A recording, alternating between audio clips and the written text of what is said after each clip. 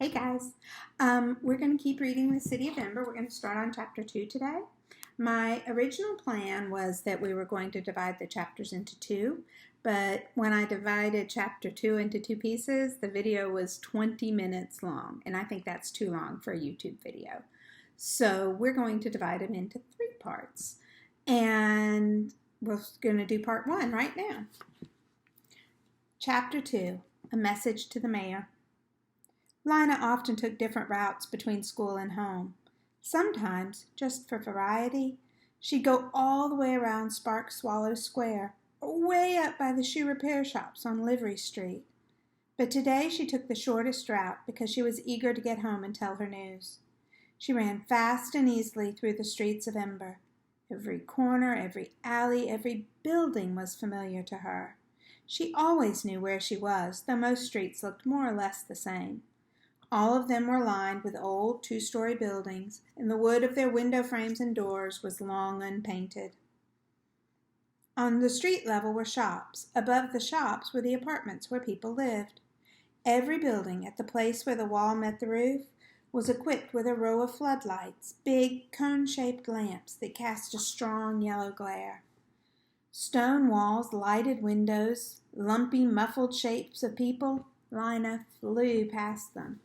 Her slender legs felt immensely strong, like the wood of the bow that flexes and springs. She darted around obstacles, broken furniture left for the trash heaps or for scavengers, stoves and refrigerators that were past repair, peddlers sitting on the pavement with their wares spread out around them. She leapt over cracks and potholes. When she came to Hafter Street, she slowed a little. The street was deep in shadow. 4 of its street lamps were out and had not been fixed. For a second, Lina thought of the rumor she'd heard about light bulbs, that some kinds were completely gone. She was used to shortages of things. Everyone was, but not light bulbs. If the bulbs for the street lamps ran out, the only lights would be inside the buildings. What would happen then? How could people find their way through the streets in the dark? Somewhere inside her, a black worm of dread stirred. She thought about Dune's outburst in class. Could things really be as bad as he said? She didn't want to believe it. She pushed the thought away. As she turned into Budlow Street, she sped up again. She passed a line of customers waiting to get into the vegetable market, their shopping bags draped over their arms. At the corner of Oliver Street, she dodged a group of washers trudging along with bags of laundry and some movers carrying away a broken table. She passed a street sweeper shoving dust around with his broom. I am so lucky, she thought, to have the job I want, and because of Dune Harrow, of all people. When they were younger, Lina and Dune had been friends. Together they'd explored the back alleys and dimly lit edges of the city. But in their 4th year at school, they'd begun to grow apart. It started one day during the hour of free time, when the children in their class were playing in the front steps of the school. I can go down 3 steps at a time, someone would boast. I can hop down on 1 foot, someone else would say. The others would chime in. I can do a handstand against the pillar. I can leapfrog over the trash can. As soon as one child did something, all the rest would do it too.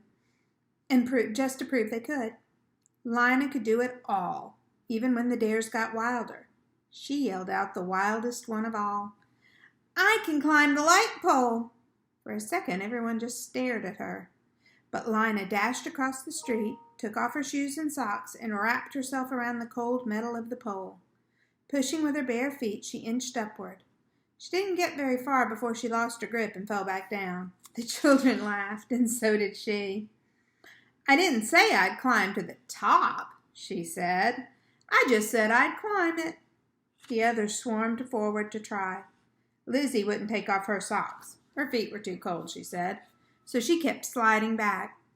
40 Penn wasn't strong enough to get more than a foot off the ground. Next came Dune. He took his shoes and socks off and placed them neatly at the foot of the pole. Then he announced in his serious way, I'm going to the top. He clasped the pole and started upward, pushing with his feet, his knees sticking out to the sides. He pulled himself upward, pushed again. He was higher now than Lina had been, Suddenly his hand slid and he came plummeting down. He landed on his bottom with his legs poking up in the air. Lina laughed. She shouldn't have. He might have been hurt. But he had looked so funny she just couldn't help it. He wasn't hurt.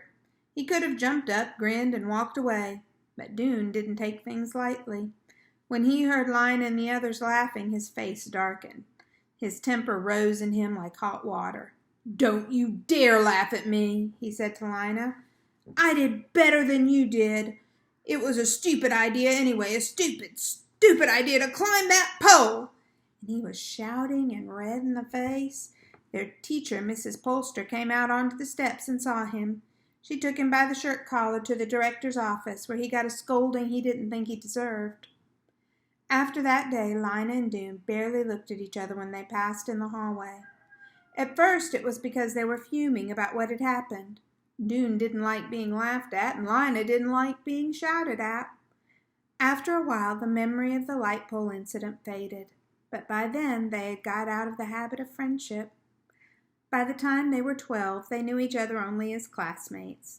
Lina was friends with Vindy Chance, Orly Gordon, and most of all, red-headed Lizzie Biscoe, who could run almost as fast as Lina and could talk 3 times faster. Now, as Lina sped toward home, she felt immensely grateful to Doone and hoped he'd come to no harm in the pipeworks. Maybe they could be friends again. She'd like to ask him about the pipeworks. She was curious about it. When she got to Greystone Street, she passed Clary Lane, who was probably on her way to the greenhouses. Clary waved to her and called out, "What job?"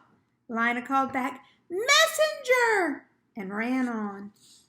Lina lived in Quilliam Square, over the yarn shop run by her grandmother.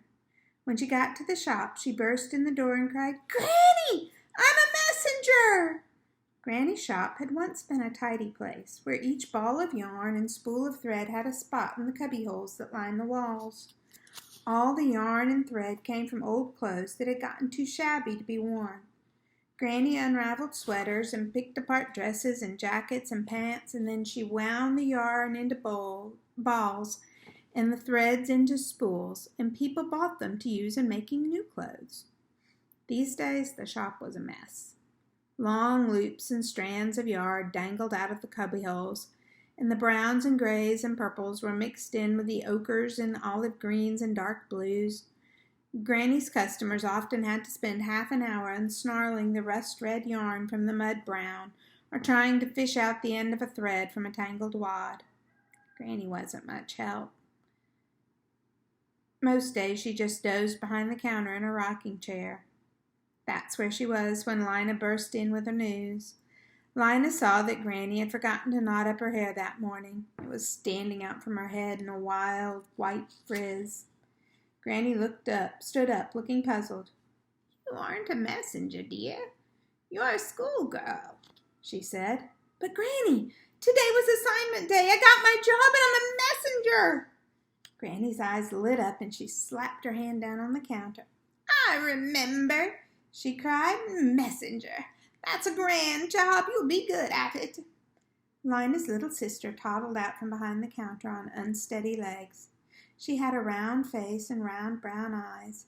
At the top of her head was a sprig of brown hair tied up with a scrap of red yarn. She grabbed onto Lina's knees. "Lina! Lina!" Lina bent down and took the child's hands. "Poppy, your big sister got a new job, got a good job. Are you happy, Poppy? Are you proud of me?" Poppy said something that sounded like, "Happy, happy, happy." And Lina laughed and hoisted her up and danced with her around the shop. Lina loved her little sister so much it was like an ache below her ribs. The baby and Granny were all the family she had now. 2 years ago, when the coughing sickness was raging through the city again, her father had died. Some months later, her mother, giving birth to Poppy, had died too. Lina missed her parents with an ache that was as strong as what she felt for Poppy, only it was a hollow feeling instead of a full one. "When do you start?" asked Granny. "Tomorrow," said Lina. "I report to the messenger station at 8 o'clock.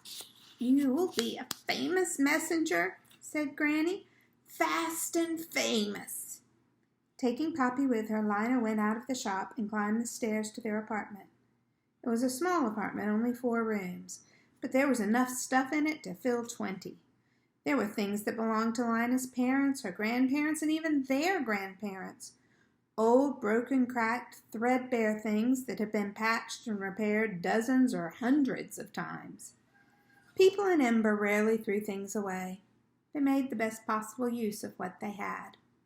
And that's where we're going to stop. I think what I want you to think on for this time, for us to write in our Google Doc, I want you to tell me about something that you could reuse. When we're talking about recycling, we talk about reduce, reuse, recycle. Reduce the amount of waste you collect, recycle what you can, and reuse. The people in Ember reuse everything. They reuse the yarn. They reuse the thread that holds your clothes together. What is something that you can reuse at your home? Tell me about it in the Google Doc. We'll see you tomorrow. Bye-bye.